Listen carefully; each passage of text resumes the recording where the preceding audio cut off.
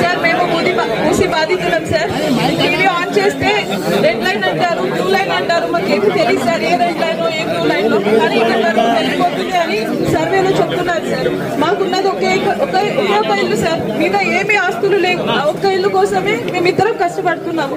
మేము IT job వాళ్ళం, మాకు ఎప్పుడు ఉద్యోగాలు ఉంటాయో తెలియదు, ఎప్పుడు వెళ్తాయో కూడా తెలియదు, ఎప్పుడు రిసెషన్ వస్తుందో తెలియదు. కానీ ఏదో ఒక ఇల్లు ఉంటే మా పిల్లలకి మా ఫ్యూచర్ కి బాగుంటుందని. నేను అనంతపూర్ ప్రాపర్ సార్, నాకు హైదరాబాద్ కాదు.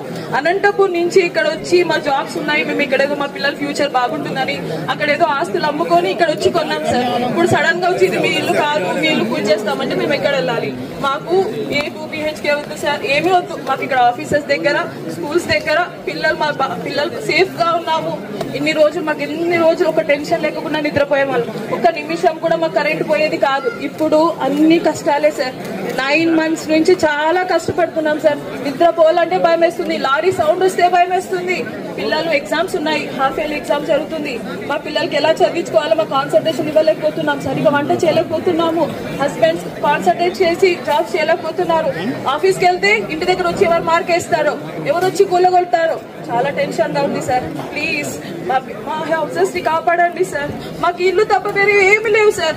మేమందరం మైనార్టీ వాళ్ళం, అందరము ఏదో చేస్తాడు అని వేసాము. కానీ ఇంత అన్యాయం చేస్తాడు అనుకోలేదు సార్, ఇంత అన్యాయం చేస్తాడని ఎప్పుడు అనుకోలేదు sir. Thank you so much and thank you BRS party. Thank you so much, thank you so much BRS party.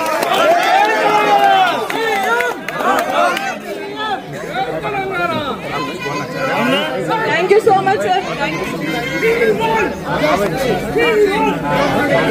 much.